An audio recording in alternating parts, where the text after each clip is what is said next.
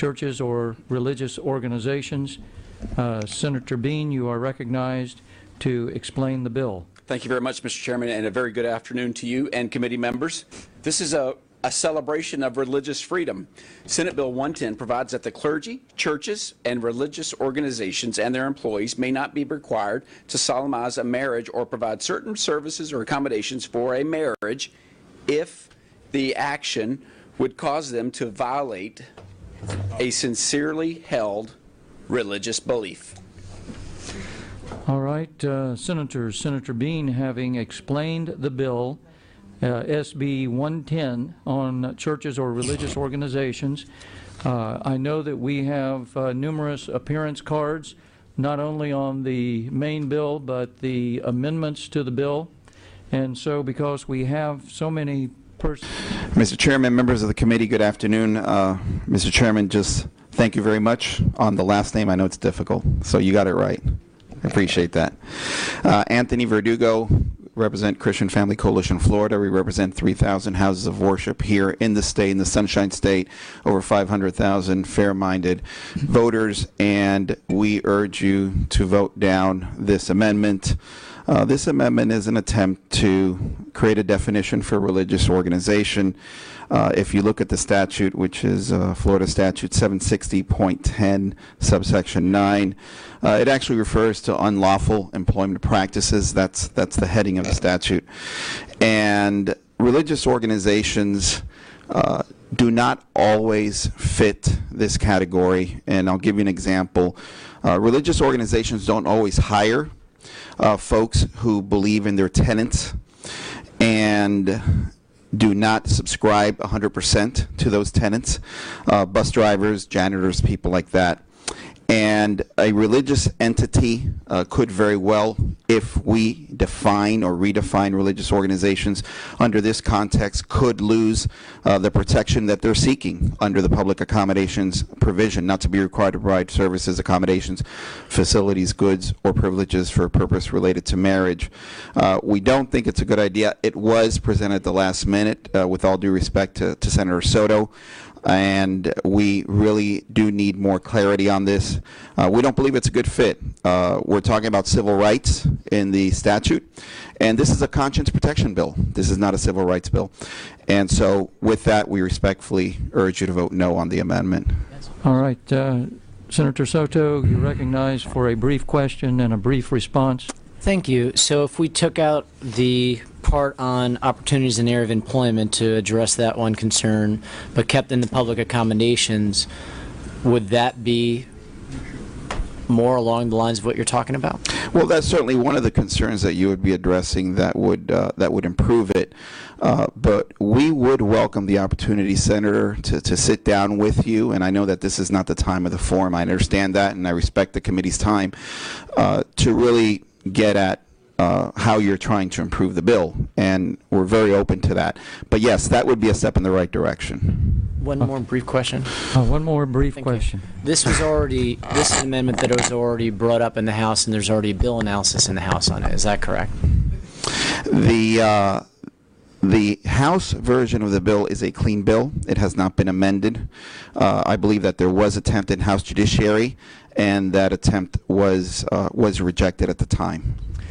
All right. Thank you. And let's move on to the next speaker. And by the way, if in fact your position has been presented, we certainly thank you for waiving your time and just state your name and your position. Organization that's already in our Civil Rights Act and has been for years.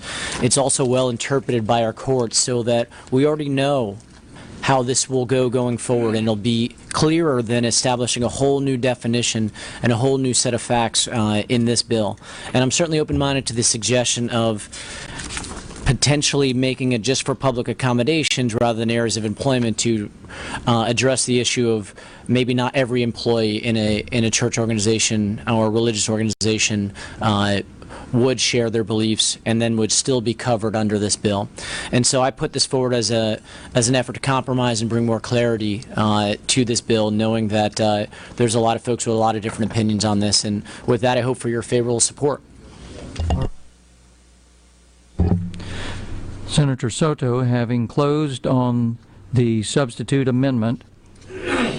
All in favor of the substitute amendment say yay. Yay. All opposed, nay. Nay.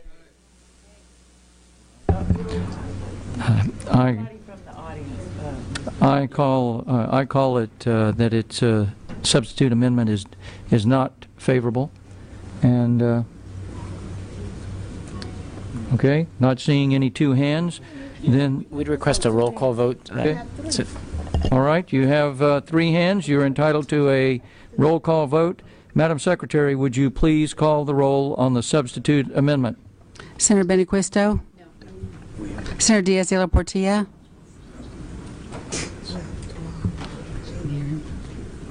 No. Senator Gates? No. Senator Galvano? No. Senator Gibson? Yes. Senator Joyner? Yes. Senator Latvala? Senator Lee? Senator Montford? Yes. Senator Negron? No. Senator Richter?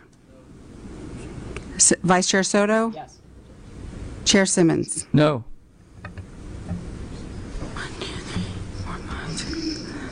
7 noes. 4 yeas.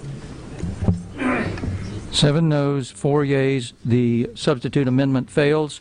We are now on the amendment.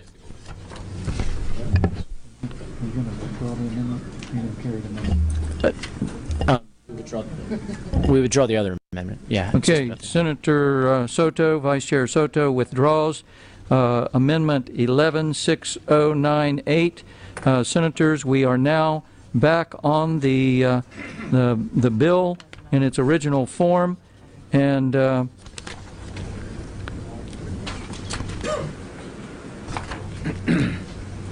back on the bill. Senators, any questions on the bill in its original form? Any questions?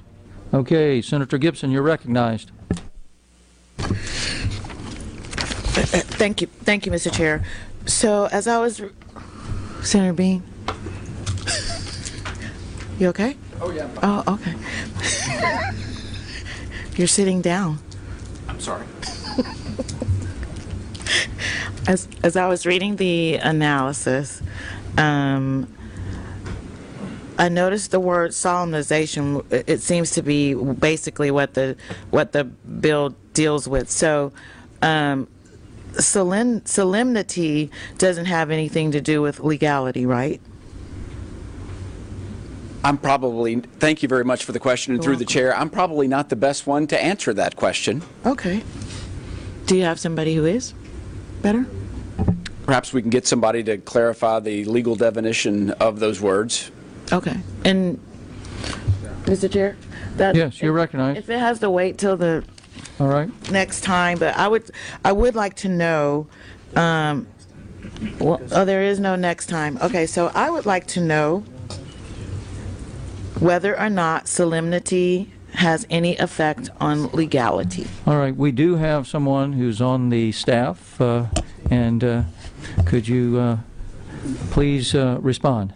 Yes, sir. If you look at the first footnote, there's a definition from Black's Law Dictionary of what solemnize is.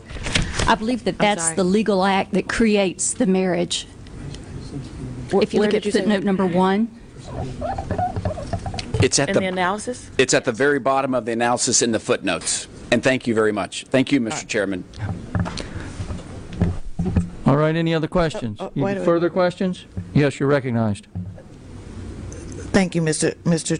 Chair. So then, if a couple cannot have a marriage solemnized in a church or religious institution, they are not legally married? No, that's not my understanding. That's my question. There are a list of people in the analysis, at the very back of the analysis, who can actually solemnize under the Florida statutes, and that includes like a notary public.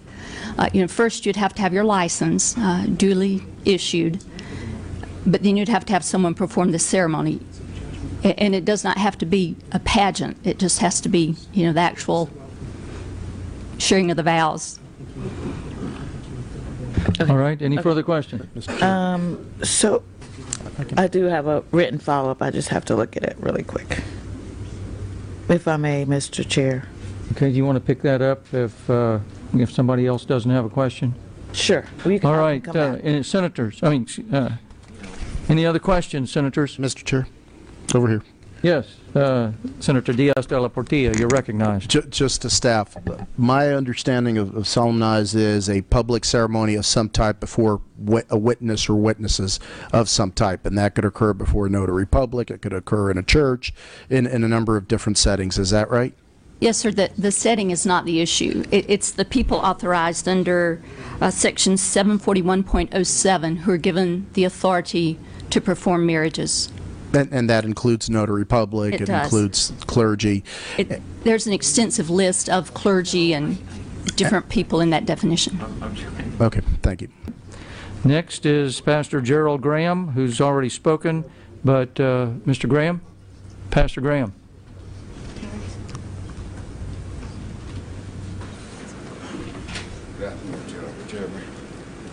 My name is Gerald Graham from the state of Florida. You'll need to use the microphone, please.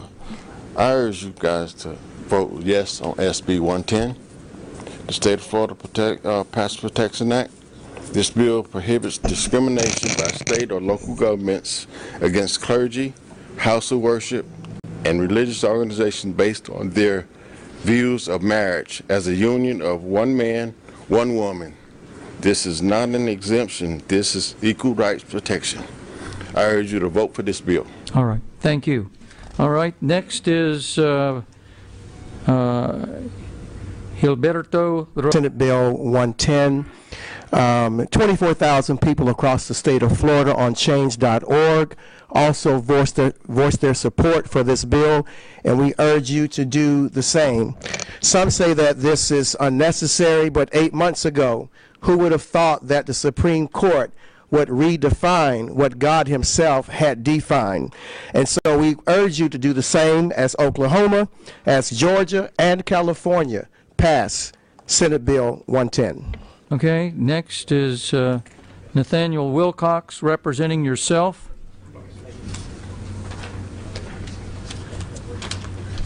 Good afternoon, Senate committee members and Chair.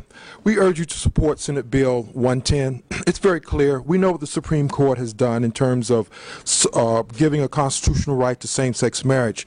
We know about First Amendment rights, but the other component that the other side is very silent about, we're concerned about our houses of worship, our facilities and goods that we may be forced to use to desecrate our houses of worship. I cannot go to a Jewish synagogue or a Jewish delicatessen and ask for barbecue because it's their right. Those are my Jewish brothers and sisters. They believe that way. I respect that. I will not disrespect them.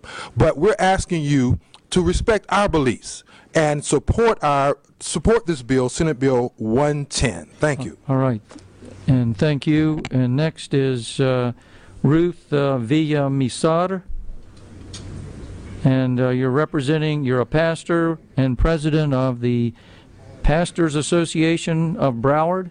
Yes. All right. Thank Recognized. you. Thank you. My name is Ruth Villamizar. Good afternoon, honors and members. Thank you for this opportunity. My name is Ruth Villamizar. I am president of Pastors in Association Commit in Broward County.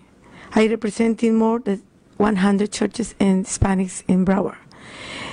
There are many places like hotel, restaurant, and clubhouse that is available to the public. Please protect our church and pastor by supporting SB 0110. Thank you. Okay, thank you. Acknowledge that the tax exemptions of some religious institutions would be questioned if they oppose same-sex marriage. Unfortunately, people of faith can take no comfort in the treatment they receive from the majority today. And I'm saying today, for this committee, we could take refuge if you guys vote yes in support of this bill. All right, thank you. All right, next is Carlos Guillén, not as amended. Yes.